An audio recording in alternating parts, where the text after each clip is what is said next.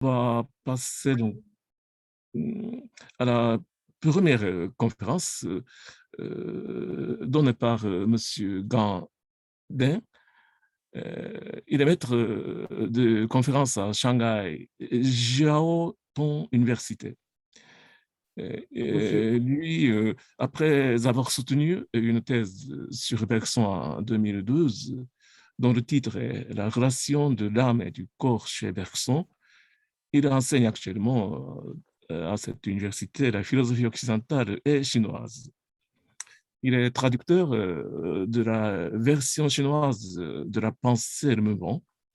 Et il a publié également un monographe et des articles sur le bergsonisme et sur la philosophie française, dont les titres, comme exemple, l'intuition chez Bergson et chez les néo-confucianistes, ou bien le tournant cosmologique dans la philosophie de Bergson.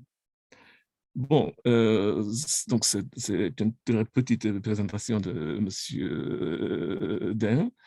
Et est-ce que je pourrais vous donner la parole à vous, Monsieur Dain? euh, avant de commencer, Monsieur Abico, Oui. est-ce qu'on peut se voir la vidéo est coupée? Euh, qu'est-ce que C'est la, on peut regarder les. Ah, excusez-moi.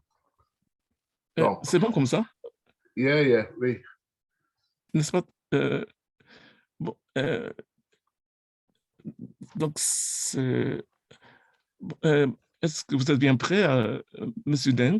Ça va? Oui, oui, oui. Merci, D'accord. hein, Donc, hein, hein, d'accord. Donc, hein. commencez. Ok, je vais commencer. Mesdames et messieurs, cher monsieur Abigo, cher monsieur Miguel, chère madame Wang Xiong, chère madame Zanfi, cher monsieur Yasuhi Ihai, bonjour et bonsoir à toutes et à tous. J'ai grand honneur de participer à ce colloque, de faire des échanges d'idées avec les collègues qui viennent de différents continents. Je suis aussi très heureux de le premier qui fait la présentation, qu'il s'agit du bergsonisme dans la Chine, et aussi j'ai essayé de faire des dialogues théoriques. Ma communication se divise en quatre parties. Première, la réflexion du bergsonisme en Chine. Deuxièmement, sur l'intuition. Troisièmement, sur la notion de la vie. Et quatrièmement, la spiritualité et l'expérience mystique. Sur la répression du bergsonisme en Chine, il faut distinguer deux périodes. De 1913 à 1949, et puis de 1978 jusqu'à aujourd'hui. La philosophie de Bergson introduite en Chine à partir de 1913 où apparut la première présentation de sa pensée. Dans les années suivantes, on continue d'introduire Bergson en tant qu'un grand métaphysicien contemporain. On a traduit presque tous les ouvrages du philosophe français, malgré qu'ils soient tous traduits selon la version anglaise. Par exemple, en 1919, la traduction de l'évolution créative. Et puis, dans les années à suivre, il y a eu chaque année des articles sur Bergson. Par exemple, en 1933, on a écrit et publié La philosophie morale de Bergson, a présenté la pensée de Sauce. Juste un an après le dernier grand ouvrage de Bergson. Donc, Bergson est alors un des philosophes que les Chinois préfèrent à cette époque-là. La traduction et les articles de présentation nous révélaient l'enthousiasme des Chinois pour le philosophe français, mais il est à noter qu'au début de l'introduction en Chine, la pensée de Bergson est considérée comme une critique du scientisme et de la modernité et l'adversaire de l'intellectualisme. La figure de Bergson, comme cela, est décrite dans la querelle entre la science et la métaphysique, qui a eu lieu en l'année 1923.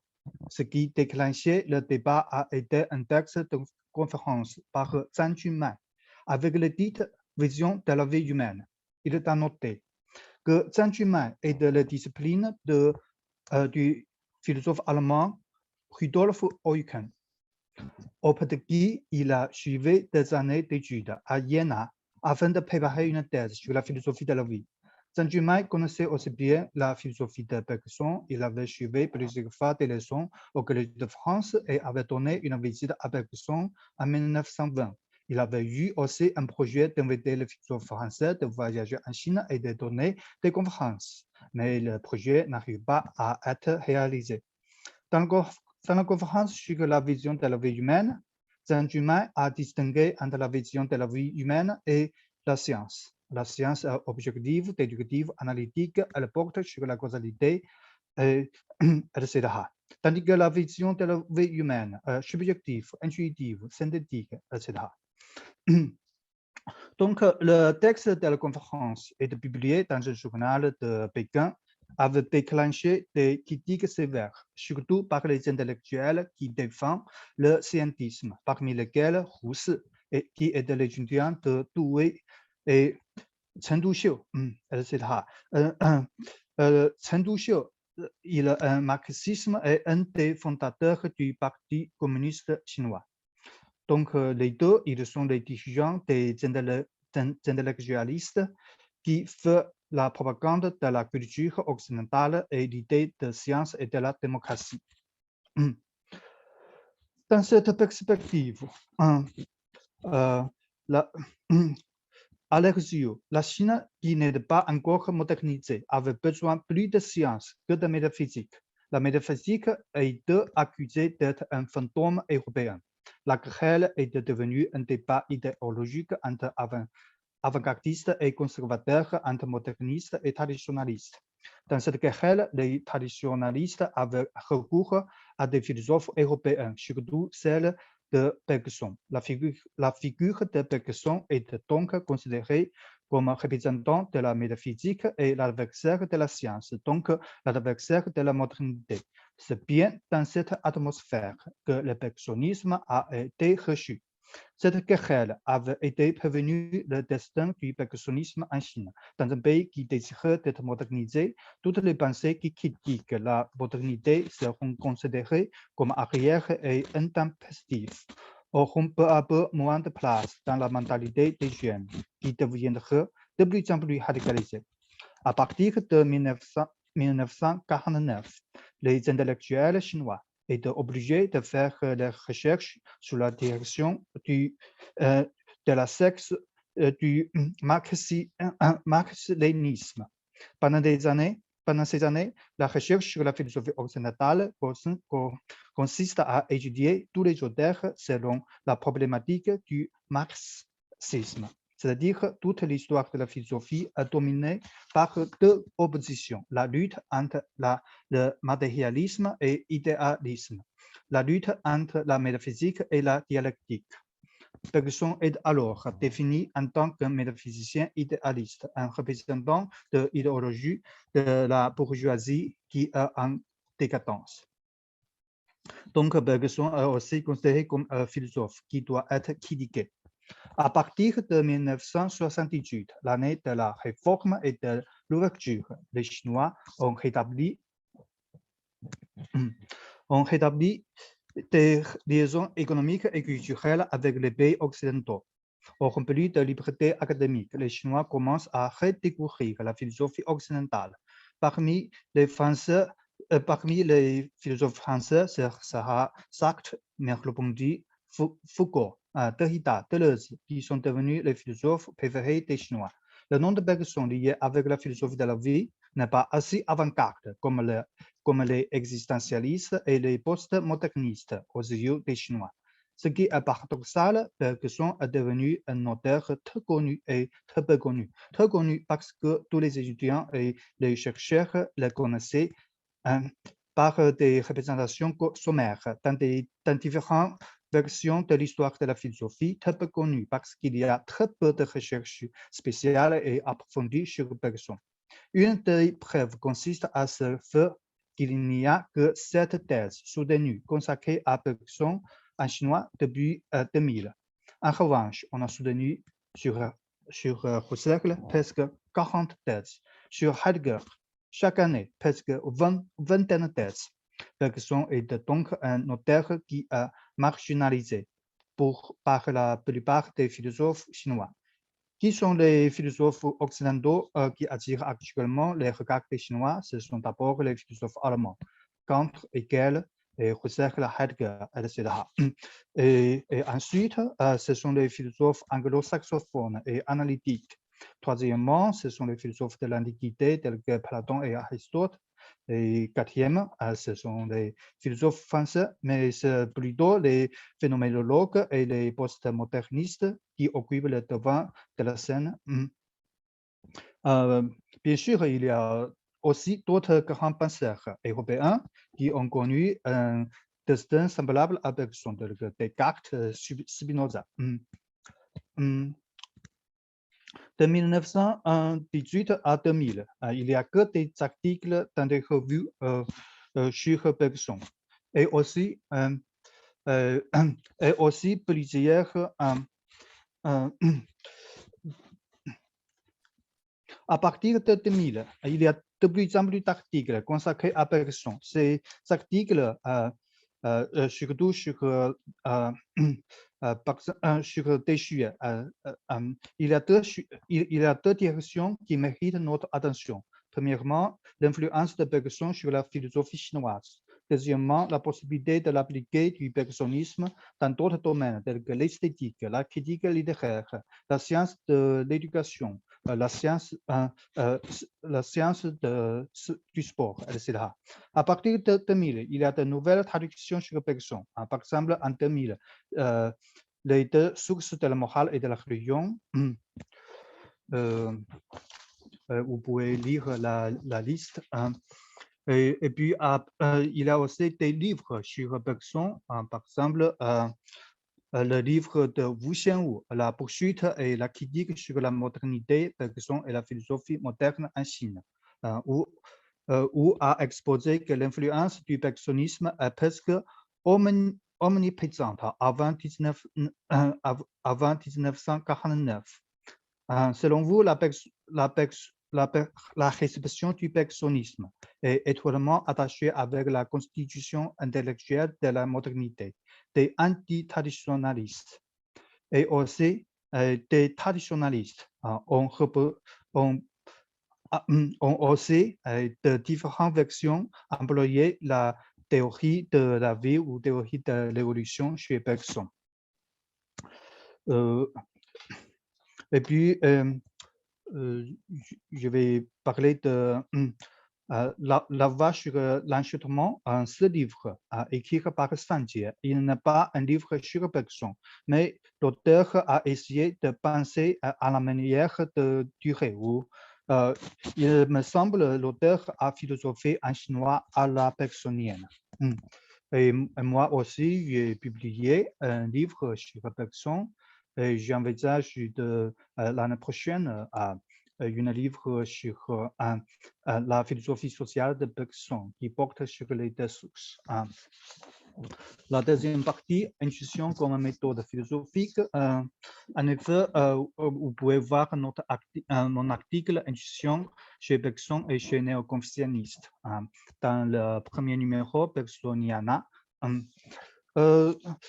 Ici, je me borne indiquer quelques points. Selon Feng Youlan, il y a deux méthodes métaphysiques, la méthode positive et la méthode négative. Il est à noter que Feng Youlan a été un lecteur attentif du texte Introduction à la métaphysique de Bergson. Après cette lecture, il a écrit la description sur la méthode. La méthode négative ou l'intuition chez les penseurs chinois doivent remonter d'une part à l'Antiquité, d'autre part, à une tradition du bouddhisme. Comme je l'ai montré, c'est un paradigme qui dit un esprit est deux aspects, c'est-à-dire un esprit possède deux facultés de connaître. L'une peut accéder à la réalité et l'autre connaît seulement les phénomènes. Il nous semble qu'il se rapproche des Grecs qui croient qu'il y a dans l'âme d'une part une faculté qui nous permet de connaître les idées, eidos, éternelles et immobiles. Et d'autre part, une autre qui ne connaît que les phénomènes temporels qui sont en changement. En effet, la méthode négative ou l'intuition doivent être comprises avec ce paradigme. Mais il y a l'intuition bergsonienne et l'intuition du confucianisme se distinguent par des notions. Par exemple, l'intuition du bergsonisme s'oppose à l'espace. Donc, ça veut dire que c'est l'expérience scientifique. En effet, l'intuition des Chinois s'oppose à la pensée en mots, en notions. Donc, les philosophes chinois avaient tort de considérer l'intuition de Bergson comme une intuition sensitive. Mais l'intuition du bergsonisme nous laisse encore un problème. Pour celui qui a déjà connaître la réalité fondamentale, par exemple le Tao, pourquoi il peut et il doit descendre au domaine des phénomènes pour concevoir les sciences positives? Ça, c'est un problème pour les Chinois. Le problème consiste à interroger la possibilité de la connaissance scientifique dans la condition de ce que l'on a déjà un savoir plus élevé, la connaissance de la vertu. Ce problème c'est grave que Mao Zedong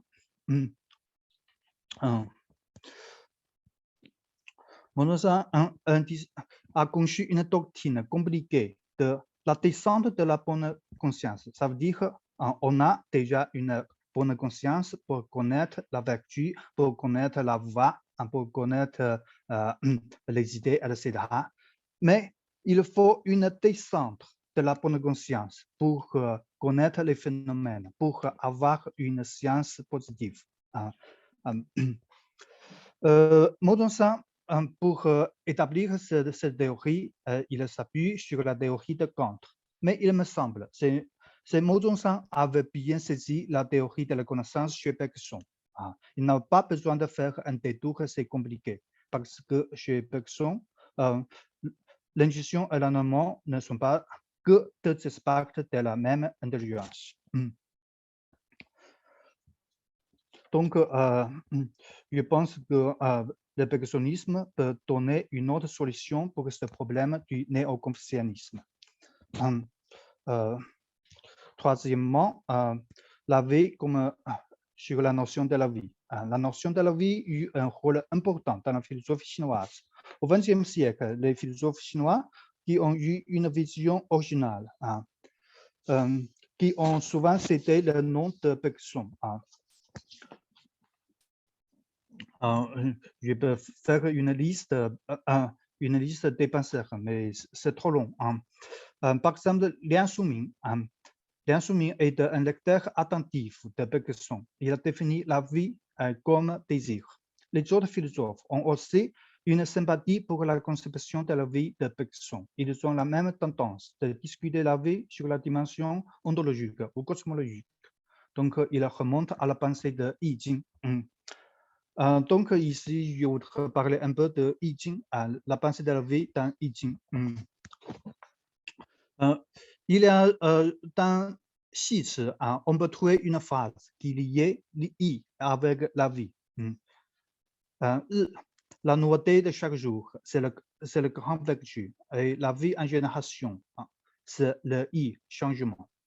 Le scénographe, ça veut dire vie, naissance, génération, etc.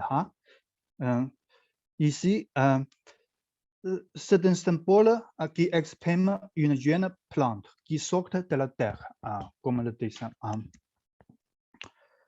Et nous savons que dans l'ordre des 64 quoi, après le premier quoi, Qian quoi, activité. Et deuxième, Kun quoi, c'est passivité. Et le troisième, c'est le Dun quoi. Dun quoi, Philaste traduit comme naissance des êtres. Le troisième quoi. Philaste dit l'ordre, aussitôt que le ciel, je cite, aussitôt que le ciel et la terre existent, tous les êtres naissent. Ce qui comble l'intervalle entre le ciel et la terre n'est rien autre que tous les êtres et toutes les choses. Aussi, le quoi donne immédiatement.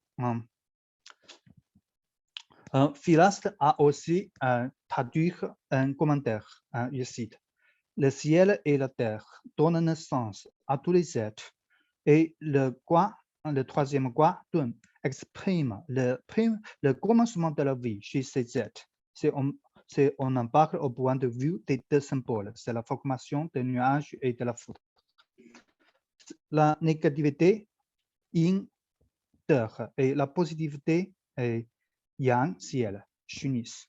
Donc, on peut voir clairement ici, naissance c'est quoi? C'est l'entremise ou l'interaction de deux forces, de deux mouvements, de deux principes, yin et yang, activité et passivité. Il y a aussi un autre problème. Il y a aussi une autre conception de la vie. Parce que cette conception d'interaction nous laisse un problème. Qu'est-ce qui engendre les deux actions ou les deux mouvements? Est-ce que la dualité peut être réduite à un principe unique? Ainsi nous conduit à la seconde conception selon laquelle la dualité de yin et yang n'est pas radicale. Il faut remonter à un principe unique ou une substance. Comme Lao Tzu a dit, un Tao engendre un engendre deux, ensuite le trois, ensuite 10 000 choses. Il s'agit d'une tendance idéaliste. Une autre explication matérialiste formulée par une doctrine de Qi Er. C'est Zhuangzi. Zhuangzi, il est le premier à formuler clairement la doctrine de Qi. Selon Zhuangzi, la vie et la mort d'une personne ou d'un vivant, même le surgissement et la disparition des choses matérielles, ne sont que des processus naturels, des transformations, des éléments naturels. Ces éléments sont appelés par Qi. R. La transformation n'est rien d'autre que la concentration et la dissolution des airs. La naissance d'un vivant ou le surgissement d'une chose n'est rien autre que la concentration de l'air. La mort n'est rien d'autre que la dissolution des mêmes éléments. Donc, ces deux conceptions, celle de l'interaction de deux principes et celle de transformation d'un unique principe, seront présentes dans des différentes versions mélangées et radicalisées.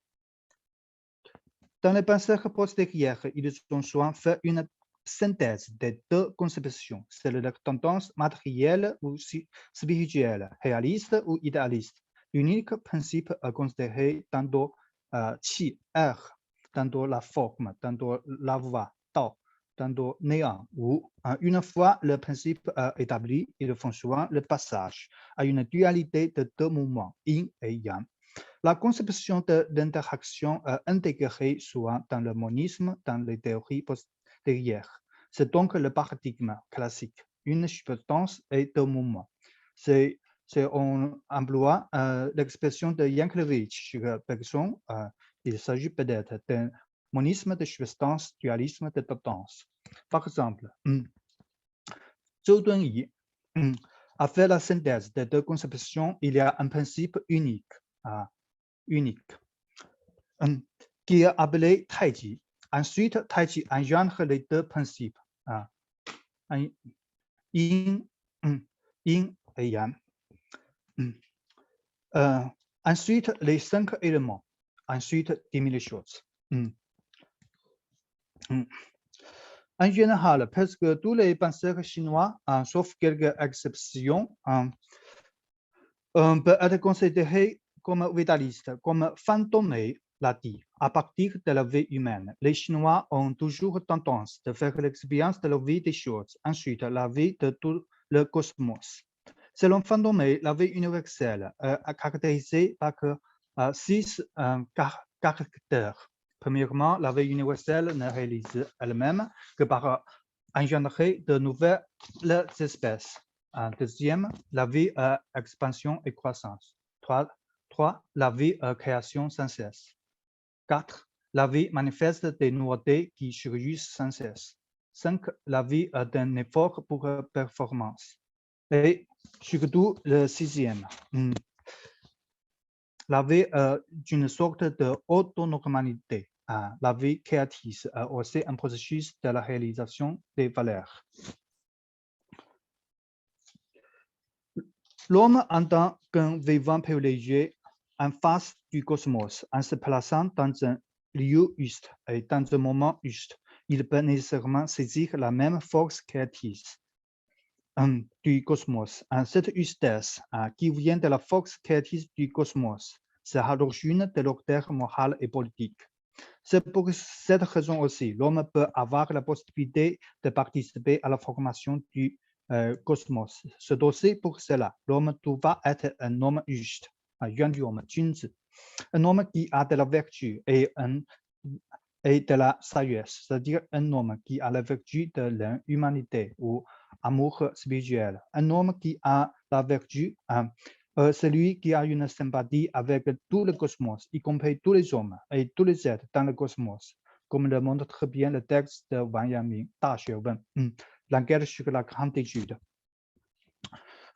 Il me semble, un paragraphe de Gang nous aidera à comprendre ce vitalisme chinois. L'homme peut considérer la nature de deux façons. D'abord, il se sent un enfant de la nature et éprouve à son égard un sentiment d'appartenance et de subordination. Il se voit dans la nature et il voit la nature en lui. Ou bien il se tient face à la nature comme devant un objet étranger, définissable. Un savant qui éprouve à l'égard de la nature un sentiment filial, un sentiment de sympathie, ne considère pas les phénomènes naturels comme étrangers, mais tout naturellement, il y trouve vie, âme, sens. Un tel homme est fondamentalement un vitaliste. Le paradigme d'une substance de mouvement continue de dominer dans les différentes versions du vitalisme contemporain du XXe siècle.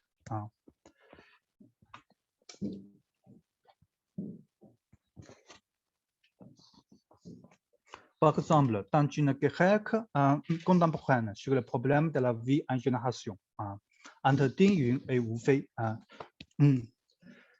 Selon Ding Yun, un des philosophes vivants le plus original a publié en 2013 un long article intitulé « La vie en génération et manufacture » de la possibilité de recommencer la philosophie dans la pensée chinoise, dans lequel dans cet article, il a continué à la lumière de Heidegger, il a distingué Machenschaft et de la physis. La doctrine de Platon s'appuie en effet sur l'expérience de Machenschaft. Sous la plume de Ding Yun, toute l'histoire de la philosophie occidentale est dominée par l'expérience de Machenschaft, qui est incapable de penser le physis. Le mot grec physis, que Heidegger traduit par Aufheben, rapproche l'expression chinoise la vie en génération. Aux yeux de Ding Yun, Heidegger n'est pas assez radical en ce qu'il conçoit physis comme devenir. Ayant recours à la pensée chinoise de Yi Jing, Ding Yun s'efforce à penser la vie en génération qui est plus originelle que le devenir. En 1918, Wu Fei, un autre professeur à Pékin, a critiqué l'article de Ding Yun. Wu Fei pense Ding Yun n'a pas assez éclairé la notion de génération. Ouffet lui-même insiste à ce que la génération consiste à l'union entre deux genres, masculin et féminin. Sans cette union, la génération d'un vivant est impossible. Il attache surtout l'importance au mariage, à la famille, entre hommes et femmes, qui est le commencement de toute la vie humaine, éthique et politique. Il me semble, Ouffet répète à la conception de l'interaction des anciens. En 1919, Ding Yun a répondu à Ouffet en proposant une autre interprétation des générations. Selon Ding Yun, la génération est bien sûr une interaction entre deux genres. Mais ce qui est plus important et plus essentiel, c'est la signification de continuité. Il y a de la continuité entre le ciel et l'homme. Entre le ciel et l'homme, il n'y a pas de coupure, etc. La signification profonde et mystique consiste à ce que le ciel n'a autre voie que de générer 10 000 choses. Entre les choses et le ciel, il y a bien sûr la distinction, mais cela ne veut pas une séparation. C'est pour cela l'homme est surtout attribué d'avoir une possibilité et un devoir d'élever vers le ciel dans une spiritualité. Ding Yun donne donc une importance à la conception de transformation. Toutes ces réflexions philosophiques du XXe siècle et d'aujourd'hui, qui nous semblent intéressantes et profondes, manifestent un effort théorique qui consiste à vérifier l'aspect de la pensée chinoise, à intégrer les sources de la philosophie occidentale. Mais ils n'ont pas assez distingué les différences entre les matières inorganisées, les vivants et les hommes. Ou bien ils pensent la vie comme ontologique ou cosmologique, ou bien ils pensent la vie seulement à la vie humaine. La pensée sur les vivants en général est absente. Il est à noter que les débats qui viennent d'avoir eu lieu entre Ding Yun et Ouffet autour du problème de la vie en génération ignorent totalement la pensée de Bergson et d'autres penseurs vitalistes tels que Canguilhem, Jonas, Michel-Henry. Je crois que le bergsonisme et le vitalisme contemporain nous aidera à repenser ces problèmes autour de la vie. Monsieur Abigo, il me reste combien de temps? Un quatrième sur la spiritualité. Bergson a cité une fois la Chine dans la page 77 dans deux sources. En Chine, je cite, en Chine, par exemple, on surgit des doctrines morales très élevées, mais qui ne se sont pas souciées de légiférer pour l'humanité. Ça veut dire qu'elles ne s'intéressent en effet qu'à la communauté chinoise. Le note de la version critique montre très bien que le jugement de Bergson ici doit être affiné parce que le confucianisme et le taoïsme s'adressent à l'humanité tout entière. Dans un article qui vient de publier en chinois en janvier, je voudrais montrer le point de vue de Bergson sur la morale verte constitue en effet un défi grave à la morale de confucianisme. Selon Bergson, l'instinct social nous donne seulement la morale close par obligation qui vise toujours une société close. Il ne vise pas l'humanité, car entre une nation et l'humanité, il y a toute la distance du fini à indéfini. Pour la plupart des Chinois, surtout pour les confucianistes, la morale peut être élargie de la famille à la nation, jusqu'au cosmos, qui est plus vaste que l'humanité. Ils seront d'accord avec ce que Bergson avait écrit. Je cite, notre sympathie s'élargit ainsi par un progrès continu, grandira en restant la même, et finira par embrasser l'humanité entière. Fin de citation. Bergson va critiquer ce point de vue. Selon le confucianisme, l'élargissement est un processus naturel. C'est on arrive à dévaler la bonne conscience, qui est souvent couverte par les mauvaises habitudes et les désirs. Cette idée peut remonter à des penseurs anciens, elle est aussi partagée par presque tous les penseurs confucianistes. Comme Wang Yangming l'a dit, je cite, la grande personne regarde le ciel, la terre et les êtres du cosmos comme un corps. Il regarde le cosmos comme une famille. le pays comme une personne. C'est lui qui fait distinguer parmi les objets corporels, qui distingue le soi d'autre d'une petite personne. Wang Yanming continue de montrer que tout le monde peut éprouver un sentiment de crainte et de compassion en apercevant soudainement un enfant qui va tomber dans un puits. Ensuite, ce sentiment de compassion peut élargir aux animaux, aux plantes, aux matières inorganisées. La grande personne est donc unie avec tout le cosmos. Bergson accuse ce point de vue d'élargissement par sympathie en le considérant comme un raisonnement a priori, issu d'une conception purement intellectuelle de l'âme. Bergson a distingué la morale verte de la morale close et interdit la possibilité de passer d'un à l'autre. Il est impossible d'accéder par un processus naturel de passer du clos à l'ouvert. Pour rendre possible la morale ouverte, il faut un saut qui est fait par un héros moral, qui établit ou crée des nouvelles idées, qui en fait l'expansion, non pas par des idées abstraites, mais par ses actions et sa personnalité. En effet, dans la doctrine du confucianisme, il existe aussi deux dimensions de la morale, clos et ouvert. C'est l'on accepte la distinction des personnes. Il s'agit de la morale de Yuan Junzi, et la morale de Shen. Passer de Yuan au Shen, il faut bien sûr un passage par un saut ou une percée, mais aux yeux des confucianistes, il se peut qu'il soit un faux problème, parce que l'on peut répondre à Bergson en disant, si l'on remonte à l'origine de la morale, on peut trouver peut-être que dans le fond d'une morale close, il existe déjà quelque chose d'ouverture. En plus, il s'agit d'une ouverture originaire qui rend possible aussi bien la morale close que la morale verte. Cette ouverture originaire, ça peut être l'amour qu'un enfant a pour son père et sa mère, peut-être autre chose. Pour parler de la sainteté, il faut parler de l'expérience mystique. Bergson est un des philosophes qui traite rigoureusement et sérieusement la mystique et l'introduit dans la philosophie. Cela nous aidera à ouvrir de nouvelles possibilités à interpréter la philosophie chinoise, surtout des expressions mystiques. Chez les philosophes qui ont souvent une tendance commune d'attribuer trop de confiance à la raison, sous-estimer la religion, la pensée séparée de l'action. Mais comme Bergson l'a dit à propos de Descartes, il faut agir en homme de pensée et penser en homme d'action. Un vrai confucianiste, comme le vrai mystique, est un penseur acteur. Pensée et action sont une même chose chez lui. La doctrine de l'union de savoir et action chez Wang Yanming ne dit pas autre chose. La fameuse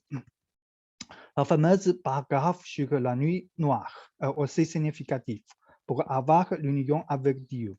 L'aimer par pensée et par sentiment n'est pas suffisant. Il faut encore un changement par la volonté qui lui élève au rang d'ajouteur d'aide, patient par rapport à Dieu, agent par rapport aux hommes. J'ai essayé de montrer dans un texte, sous la lumière de sources, il y a trois types de percées dans le confucianisme qui permet de réaliser le saut de passer du Yuan à Shen, c'est-à-dire par pensée, par sympathie, par volonté. Cette théorie, me semble, nous permet mieux expliquer des problèmes importants dans la doctrine du confucianisme. Je passe à la conclusion. Comme je l'ai parlé ci-dessous, le bergsonisme et tout le vitalisme sous-estimé et marginalisé. J'envisage donc à lancer des projets.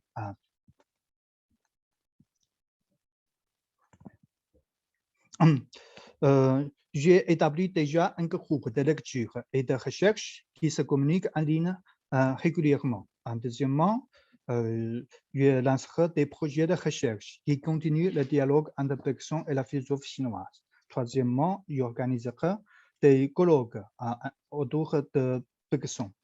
Les Chinois ont tendance de parler trois milieux d'homme-ciel, c'est-à-dire trois dimensions, cosmologiques, anthropologiques, spirituelles. Sur la dimension cosmologique, les penseurs chinois ont éprouvé soit une sympathie et une convergence avec Bergson. Entre la conception de la vie des Chinois de Yiking à aujourd'hui et celle de Bergson. Il y a certainement plusieurs points à approfondir. C'est pourquoi, il me semble, il faut réintroduire la pensée de Bergson avec celle de Canguilhem, d'autres philosophes de la vie, tels que Jonas, Michel-Henri, Renaud Barabas, etc., pour enrichir la pensée chinoise sur la vie.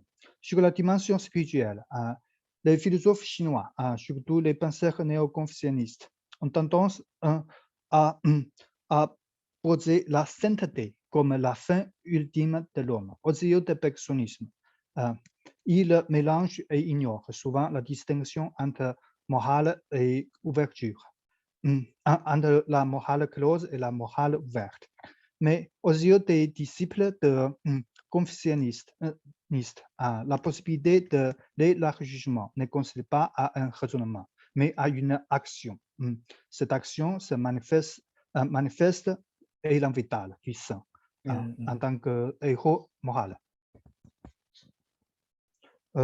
Sur la dimension anthropologique, seulement intuition nous permet de dépasser la méthode des scientifiques et accéder à la vie et à la spiritualité.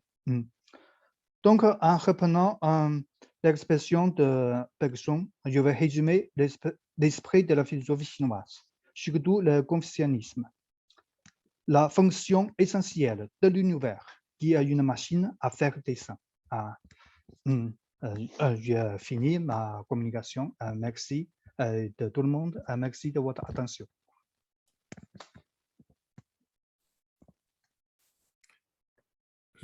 Merci beaucoup pour cette présentation vraiment large et détaillée sur l'encroisement entre le bergsonisme et le vitalisme et le spiritualisme chinois, entre autres fondé basé sur le confucianisme. C'était très, très intéressant et beaucoup à discuter là-dedans, mais on n'a plus de temps pour discuter sur ce problème maintenant actuellement, mais plus tard, on aura le temps de poser des questions à M. Deng pour savoir un peu plus ce qu'il voulait dire. Donc, déjà, le temps prévu est largement sans doute dépassé, mais on passe très vite à la seconde conférence qui va être donnée par Madame Seyon Wang.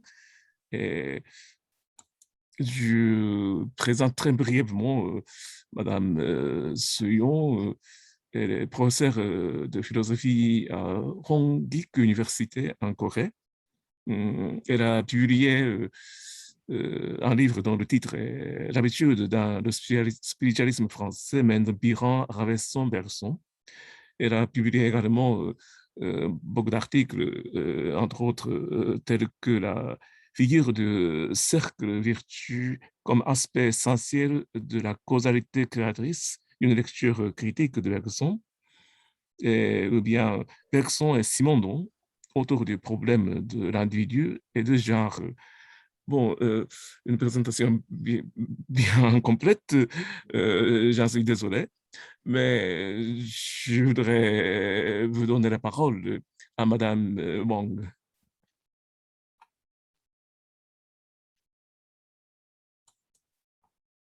Je peux avoir 30 minutes pour finir. Oui, bon, je pense qu'on pourrait continuer jusqu'à à l'ère japonais 18h30, c'est-à-dire que 30 minutes, puis on pourrait je vais accélérer la vitesse, d'accord, mais vous disposerez donc 40 voilà, minutes, 45 minutes, voilà. si vous voulez bien. 25, d'accord, 25, 30. Je vais montrer. Attendez. Prends son temps. Hein. Vous avez tout le temps, ne vous inquiétez pas. Comme tous les autres. Absolument. On repoussera un peu la pause. Exceptionnellement, on a commencé un peu retard. Vous voyez mon... Oui, oui, oui, mon très flux? bien. Oui, ça va. D'accord, d'accord. Donc, l'introduction de la philosophie de Bergson en Corée et son développement actuel. Et puis, mon cadre sur moi, un peu de... quelques idées que j'ai développées. Alors, l'histoire de la recherche sur la philosophie bergsonienne et même la philosophie française en Corée est très courte par rapport à la recherche sur d'autres courants philosophiques occidentaux. Il s'est déroulé au cours des dernières décennies. Je parlerai donc d'abord brièvement de l'arrivée soudaine de la philosophie occidentale en Corée avant de parler de l'introduction de la philosophie de Bergson. Pour cela, je commencerai par quelques éléments historiques sur la Corée. La Corée était un pays monarchique indépendant et uni pendant plus de 1000 ans jusqu'au début du XXe siècle. C'est en 1895 que le pays s'est ouvert officiellement à la civilisation occidentale à des fins de réforme. Au cours de cette période, un certain nombre d'écoles destinées à l'enseignement supérieur moderne ont été créées par des missionnaires chrétiens venus des États-Unis, dont certains ont ensuite été convertis en université.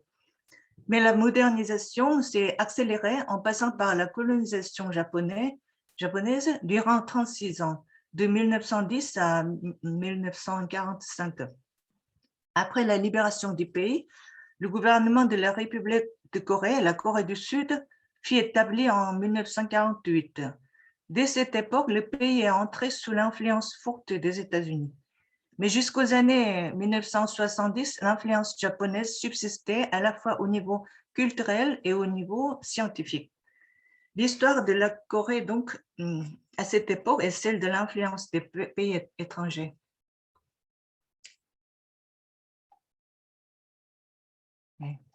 Voilà la Corée du Sud, le jaune. Après, la philosophie allemande dominait au milieu universitaire depuis la colonisation. Dans les années 80, la philosophie américaine fut introduite et propagée rapidement. La philosophie française a été introduite dans les années 1990. La France est le premier pays parmi les pays d'Europe qui a contacté la Corée à travers les missionnaires catholiques vers 1830. Et ils étaient tous exécutés. Et puis, les catholiques coréens aussi. Donc, en Corée, contrairement à ce qui se passe en Europe, les catholiques sont plutôt progressistes.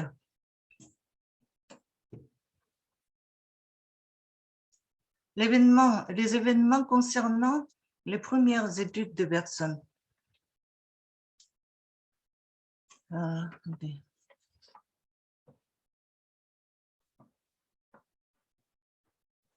En 1915, on a donné premier cours de philosophie par Sang-gyu Baek. Je vais appeler les noms coréens à la manière occidentale. Sang-gyu Baek, donc Baek Sang-gyu, à l'école de Yeonhee, actuelle université de Yonsei. Et le premier département de philosophie a été créé en 1926 à l'université impériale de Gyeongsang, ancien nom de Séoul, c'est-à-dire l'université nationale de Séoul actuellement.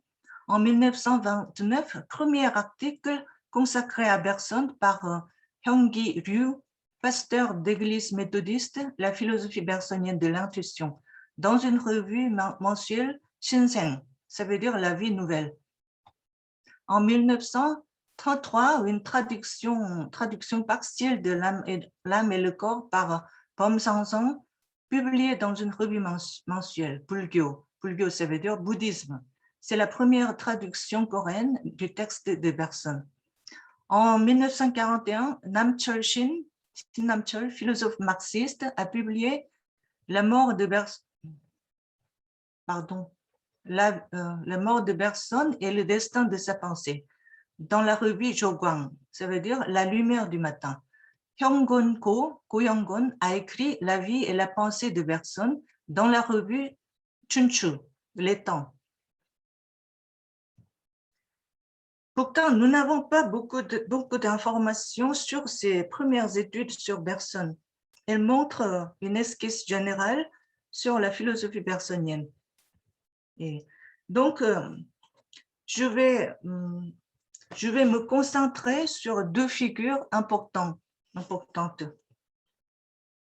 D'abord, Seok-hye Jung Seok-hye. Et il n'est pas exactement spécialiste de Bergson, mais sa vie montre bien l'atmosphère de l'époque. Seok-hye Jung, c'est donc la première personne à qui je vais prêter l'attention.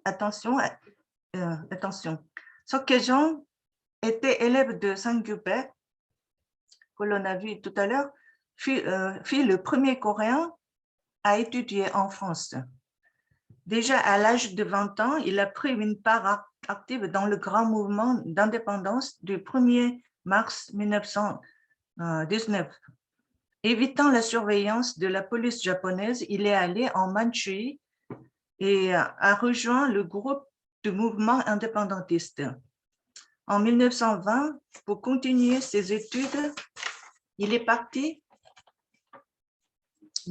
en France, faisant partie des étudiants chinois sélectionnés par le gouvernement chinois pour les envoyer en Europe. Il a suivi à la Sorbonne les cours de Brunswick, Lalande et Delacroix, puis a poursuivi ses études dans d'autres universités européennes. De 1923 à 24 à 1930, il a fait sa thèse à la Sorbonne sur l'histoire des mathématiques et des sciences. En effet, au cours de ses études universitaires en Corée, il a d'abord étudié la physique, puis il s'est tourné vers la philosophie. Après être resté en Europe pendant encore 10 ans, en 1940, il est retourné en Corée. Pendant ces 10 ans, il a gardé toujours le contact avec les indépendantistes coréens. La Corée était encore sous domination japonaise. Il a donc continué à être sous la surveillance de la police japonaise pendant quelques années. Après la libération, il est devenu professeur de philosophie à l'école de Yanggi et a enseigné la philosophie française. C'est, à ma connaissance, le premier enseignant qui a transmis la philosophie française en Corée. Il a donné des cours sur la philosophie de la science. C'était un humaniste théiste à l'idée de l'humaniste théiste qui adhérait à l'idée de la religion ouverte de Bergson. Il a continué à résister même à l'époque de la dictature coréenne. Catholique depuis l'enfance, il rêvait de réaliser une société juste à travers l'élan d'amour et l'idéal d'humanité de la philosophie de Bergson. Donc, il a laissé son livre « La vérité et son environnement » en 1981, à l'âge très âgé. On peut voir ici et là, dans son livre, l'inspiration bergsonienne, surtout les deux sources. Et il a traduit l'essai sur les données immédiates de la conscience en 1977. C'est la version la plus lue jusqu'à l'apparition d'une nouvelle traduction en 2001 par Hua Che, professeur Hua Che, qui est ici. La deuxième personne à laquelle il faut prêter l'attention est Hong-Kyu Park. Hong-Kyu. C'est lui qui a enseigné en premier, d'une manière sérieuse, la philosophie de Bergson en Corée. Il a étudié la philosophie à l'université de Waseda, au Japon, sans avoir pourtant de doctorat. Il a appris aussi le grec, le latin, ainsi que le français, et puis l'allemand à l'université de Sofia à Athènes. À son retour en Corée, Il est devenu professeur de philosophie en 1954 à l'Université nationale de Séoul et a formé de nombreux disciples. Il était un érudit et un enseignant réservé en apparence, mais passionné à l'intérieur. C'était un expert en philosophie grecque antique, notamment celle de Platon. Mais en même temps, il a fait des études approfondies sur la philosophie de Bergson. Son séminaire du samedi était l'occasion chère de lire les textes de Bergson en français avec son interprétation profonde. Et ce séminaire a continué jusqu'à la fin des années 1980. J'avais l'occasion de l'écouter, d'y participer une fois, un semestre, mais au milieu, il a arrêté parce que à cause de sa santé, il était déjà malade à cette époque. Il avait sa propre interprétation unique de la philosophie occidentale. Ses intérêts académiques portaient sur la métaphysique au sens traditionnel du terme. Cependant, la métaphysique à laquelle il accorde de l'importance ne se limite pas à une vision du monde sans rapport avec la science positive. Mais sa valeur est déterminée par la capacité de former un système cohérent avec l'explication de la science positive. À cet égard, Ong Park voit la philosophie grecque de Platon et d'Aristote et la philosophie de Bergson en France comme deux métaphysiques représentatives de la philosophie occidentale. Le premier explique le monde par le principe statique de la forme, tandis que le second part du principe dynamique et voit le principe formel en dérivé. La métaphysique de la forme a longtemps été indispensable pour comprendre les racines de la science occidentale. Cependant, Ong Park apprécie hautement Bergson en ce qu'il présente une alternative à la pensée de la forme sous la forme la plus claire et présente également les limites théoriques de la science positive.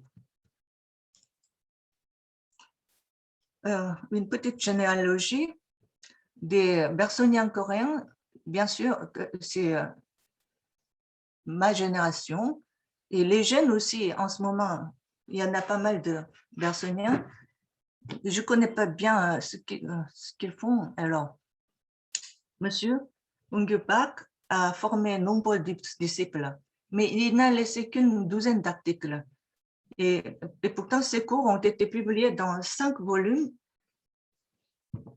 parce que ses disciples les ont enregistrés, travail consciencieux et travail dur, dans 5 volumes, dont le dernier est une série de séminaires sur l'évolution créatrice. Parmi ses disciples, il y en a certains, comme Huache, qui ont enseigné la philosophie antique et aussi Bergson, comme son professeur. Et il y a aussi,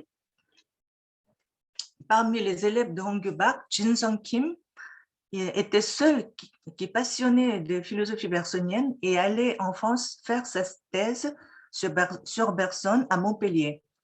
Après son retour en Corée, il est devenu professeur de philosophie française à l'université de Songyungan à Séoul. Malgré sa mort à un jeune âge, 36 ans, en 1985, il a élevé plusieurs disciples, dont Ji-Seok Ryu. Ji-Seok Ryu, il a donné son exposé sur la réception du bergsonisme en Corée il y a 10 ans. Et après Hee Jin-han, il a suivi les cours de Ji-Seok Ryu. Et Jin Sung Kim a traduit Le Rire. Aussi, un livre posthume sur Bergson a été publié rassemblant ses travaux. Il a également donné des cours sur Bergson à l'Université nationale de Séoul, et alors j'ai pu les écouter. Et pourtant, il est mort au milieu de ses cours, alors ça a dû s'arrêter au milieu, 2 mois, à peu près 2 mois après. Donc, actuellement, il y a une dizaine de personnes qui travaillent sur Bergson. Et puis, il y a 4 volumes majeurs sont traduits qui sont traduits, 4 volumes majeurs, et le rire, en plus de cela, le rire et l'énergie spirituelle. Et puis, il y a 5 ou 6 livres écrits sur Bergson.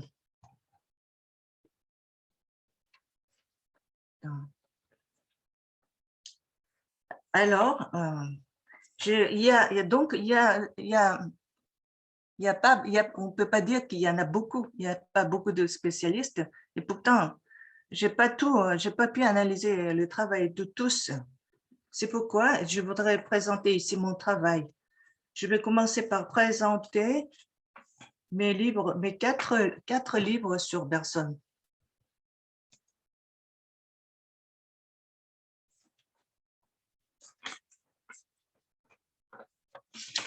Mon présent livre, en 2003, il y a 4 livres et une traduction de l'évolution créatrice. Je vais juste donner quelques commentaires à mes deux livres, c'est-à-dire, en fait, c'est mon deuxième livre.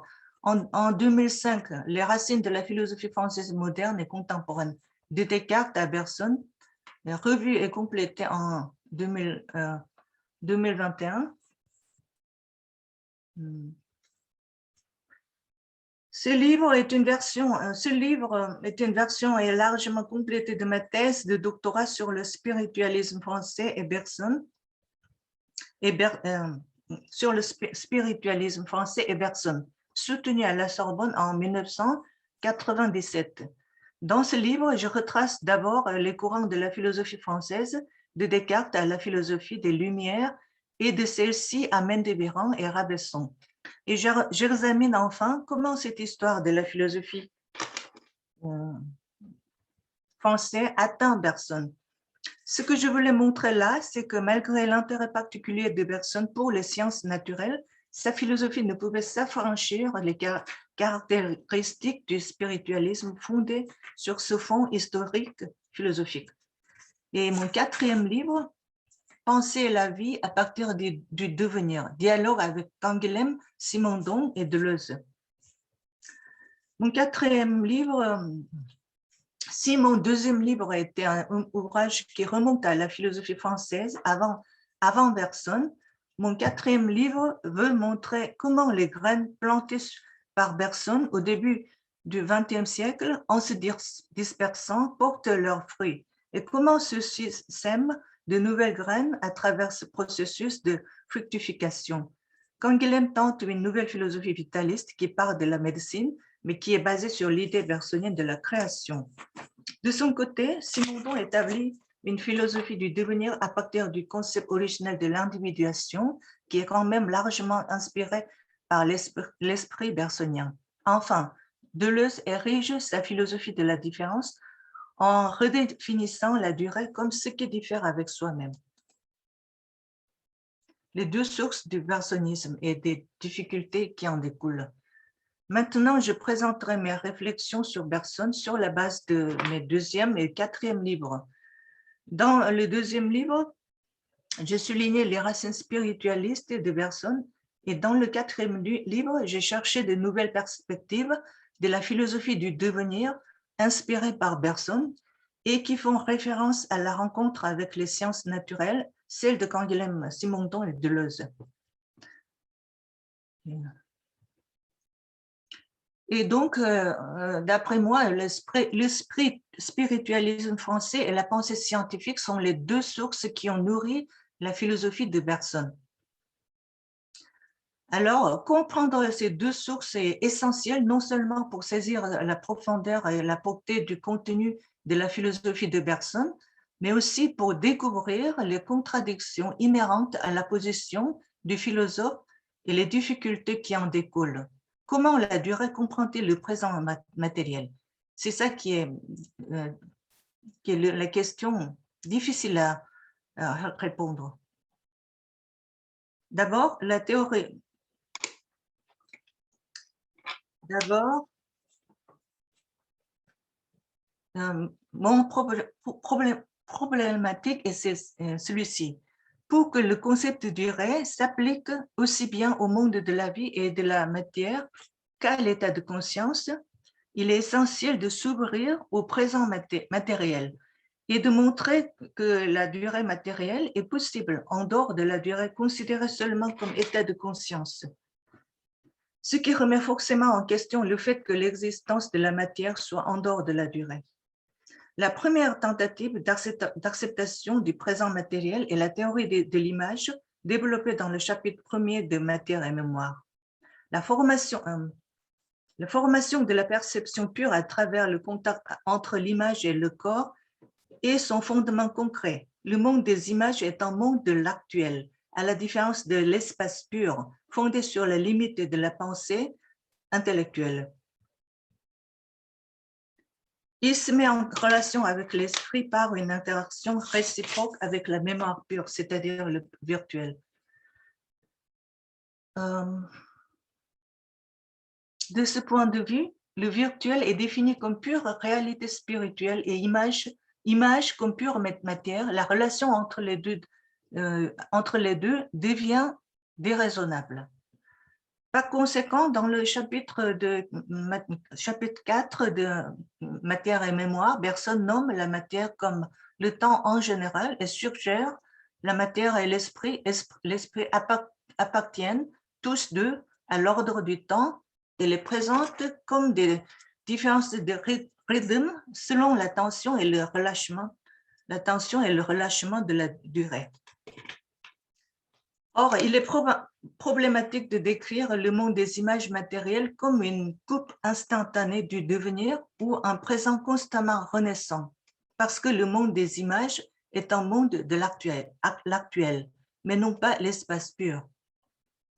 Donc, on sera donc devant deux choix. En premier, l'interprétation spiritualiste traditionnelle qui considère la matière comme conscience neutralisée, selon Bergson, et l'esprit endormi, selon Leibniz. Le monde des images matérielles deviendrait une coupe instantanée du devenir, lequel est spirituel. Et si on souligne pourtant la communauté de durée entre la matière et l'esprit sur la base du sens positif du temps, le sens de la durée s'élargit et l'on peut dire le monisme de la durée incluant la matière. Et pourtant, l'évolution créatrice montre une autre position. L'évolution créatrice part de la dualité de la matière et de la vie. L'élan vital est forcément limité par le présent matériel et pourtant, Bergson distingue la matière et la conscience comme deux mouvements opposés et identifie la caractéristique ultime de la création avec quelque chose de spirituel. Et on peut dire le monisme de la supraconscience. Et dans ce cas, la matière n'est que de la durée qui se défait et la durée répétition de la matière est une interruption d'un ordre créateur. Malgré la réflexion approfondie de ce livre sur les sciences naturelles, son adhésion à cette attitude spirituelle peut être vue comme l'influence du spiritualisme français qui place les pouvoirs de l'esprit et de la volonté au-dessus de la matière. Et la figure du cercle vertueux. Donc, il y a un désaccord assez né entre les deux livres. Donc, alors, je propose un schéma qui décrit la durée créatrice qui englobe matière et de l'esprit en même temps. C'est la figure du cercle vertueux.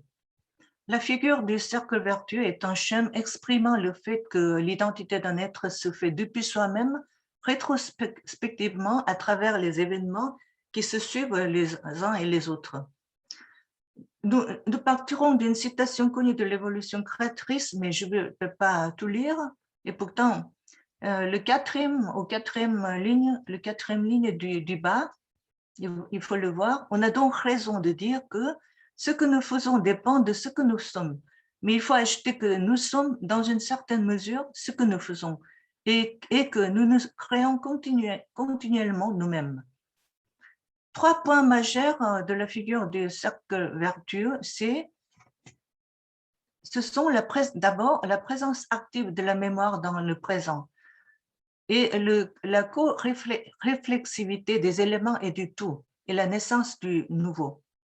Finalement, tout d'abord, le premier point, c'est comme suit. Du point de vue diachronique, les actions élémentaires qui constituent, je vais voir combien il reste. Bien, je vais accélérer encore. Qui constituent le processus de la création ne disparaissent pas au fil du temps, mais rétroagissent dans et sur le présent lui-même. Les éléments qui se succèdent ne s'accumulent pas linéairement, mais se pénètrent mutuellement et s'organisent sous l'effet de cette rétroactivité, comme nous le sentons dans les notes d'une mélodie. Il n'y a donc pas d'événement processus sans mémoire, en sorte que l'événement produit est aussi irréversible. Ensuite, deuxième caractère du figurant du cercle vertueux, du point de vue synchronique, dans ce processus autoréférentiel, l'élément et le tout s'interpénètrent l'un et l'autre à tel point qu'au niveau le plus élevé, l'élément comprend le tout, au sens où la mémoire contractée du passé se reflète entièrement dans l'élément présent. À ce niveau, non seulement l'élément est immanent au tout, mais le tout est immanent à l'élément, en sorte que chacun de nos états d'âme est représentatif du tout. Enfin, du point de vue du résultat, sous l'effet du processus de création, l'organisation de l'ensemble connaît des changements qui conduisent à l'apparition d'une forme d'organisation nouvelle à un niveau différent et souvent plus élevé. C'est ainsi qu'un caractère ou une personnalité se constitue spontanément et irréversiblement à travers une multitude de changements d'état psychologiques imperceptibles. Ici, la transformation est radicale au sens où l'émergence du nouveau ne peut plus prendre la forme d'un simple possible qui se réalise. La création est plutôt l'invention de possibles à l'intérieur d'un monde virtuel dont les contours ne peuvent jamais être dessinés à l'avance. Donc, la question, c'est ça. C'est comme suit. L'univers matériel dure, mais est-il capable de création? Existe-t-il dans l'univers matériel des formes de durée qui pourraient se soumettre au schème de la circularité créatrice et qui donc pourraient, en tirant leur identité de leur processualité, créer sans cesse des formes nouvelles? Nous pourrions trouver une réponse positive à cela en explorant divers phénomènes dans des systèmes complexes aujourd'hui. Et je vais terminer ma présentation par cette citation. On peut dire que l'extension physique, elle aussi, est une tension, c'est-à-dire un processus réel qui possède la structure générale de la durée sans perdre son caractère d'étendue concrète. C'est bon, merci. Merci beaucoup. C'est fini. Merci infini pour cet exposé, non seulement de l'histoire de l'introduction du personnisme en Corée, mais vous avez bien montré l'aboutissement actuel de ce personnisme coréen, justement chez vous, dans votre travail. Et donc, c'était vraiment intéressant et qui nous pose beaucoup de questions, beaucoup d'interrogations, réflexions, mais je pense qu'on doit s'arrêter là. Maintenant, pour recommencer à quelle heure